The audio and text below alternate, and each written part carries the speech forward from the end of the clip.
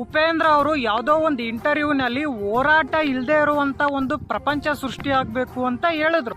ಜನಗಳು ಯಾವಾಗ ಹೋರಾಟ ಮಾಡ್ತಾರ? ಒಬ್ಬ ನಾಯಕ ಅಂದ್ರ ಜನಗಳು ಓಟ್ ಹಾಕಿ ಗೆಲ್ಲಿಸಿದಂತ ಒಬ್ಬ ನಾಯಕ ಜನಗಳ ಒಪ್ಪಿಗೆ ಇಲ್ಲದೆ ಇರೋ ಡಿಸಿಷನ್ ತಗೊಂಡಾಗ ಜನಗಳು ರೋಡ್ಗಿಳಿದು ಹೋರಾಟ ಮಾಡ್ತಾರ.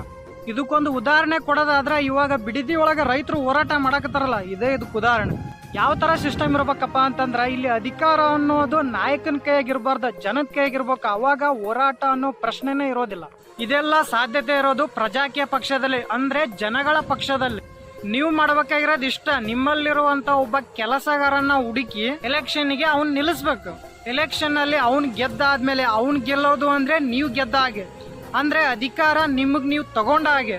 ನಿಮ್ಮಿಂದ ಆಯ್ಕೆ ಆದಂತ ಒಬ್ಬ ಅಭ್ಯರ್ಥಿ ಬಂದು ಏನ್ ಮಾಡ್ತಾನ, ನಿಮ್ಮನ್ನ ಕೇಳ್ತಾನ, ನೋಡಿ ಇಷ್ಟು ಬಜೆಟ್ ಇದೆ, ಇದರಿಂದ ಊರಿಗೆ ಏನ್ ಕೆಲಸ ಮಾಡ್ಬೇಕು ಅಂತ ಅವ್ನ್ ಬಂದು ನಿಮ್ಮನ್ನ ಕೇಳ್ತಾನ. ಇದೇ ತರ ಪ್ರಜಾಕೀಯ ಪಕ್ಷ ಕಾನ್ಸೆಪ್ಟ್ ಇರೋದು. ಇನ್ನೂ ಸಿಂಪಲ್ ಆಗಿ ಹೇಳ್ಬೇಕಪ್ಪ ಅಂತಂದ್ರೆ ಇಲ್ಲಿ ನೀವ ಹೈಕಮಾಂಡ್, ನೀವ ಜಡ್ಜ್ ಅಲ್ಲ.